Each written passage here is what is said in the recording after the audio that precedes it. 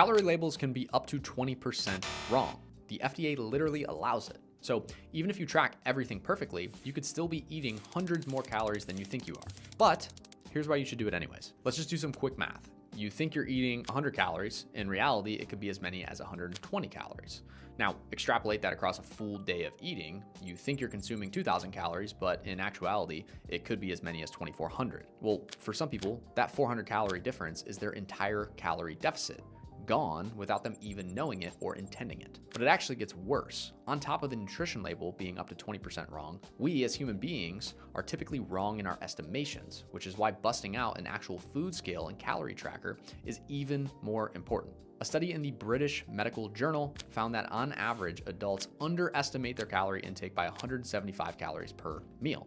And the bigger the meal, the wider the gap. And beyond that, the heavier the person tracking it, the more inaccurate the estimation. This is backed by a landmark study in the New England Journal of Medicine, which found that obese individuals underreported their food intake by an average of 47%, nearly half. So not only the more food on your plate, the worse you are at guessing, the heavier you are, the worse you are at guessing. So you have up to a 20% label variance. Plus, if you don't actually pull out your food scale, your estimation gets worse with the bigger the meal size and the bigger your body weight. Now, knowing all of this, the entire calorie tracking thing feels hopeless, right?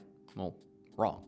Here's the mindset that you need to adopt. It's always better to be 70 to 80% on the money than to not track at all. Because tracking doesn't actually require perfection, it just requires awareness. So even if your numbers are off, you're creating a consistent trend line of your weigh-ins and you are building the skill of paying attention. If you track consistently and you're not losing weight, well, we at least have the data to know roughly where you're at and what we need to do from a strategy perspective to get you into a calorie deficit. Because your body weight will always tell you the truth. If the weight's not going down on the scale and you continue to stay the same or get heavier, you're not in a deficit. But now, because you tracked, albeit possibly being 20 to 30% inaccurate, we can at least make an adjustment to what you're eating on the day-to-day and hopefully get you closer to that deficit and move your body weight in the right direction. But if you don't track any calories at all, you have nothing. And you're just guessing, wondering why the weight's not moving. So stop chasing perfection and start chasing awareness. Tracking something will always be better than tracking nothing.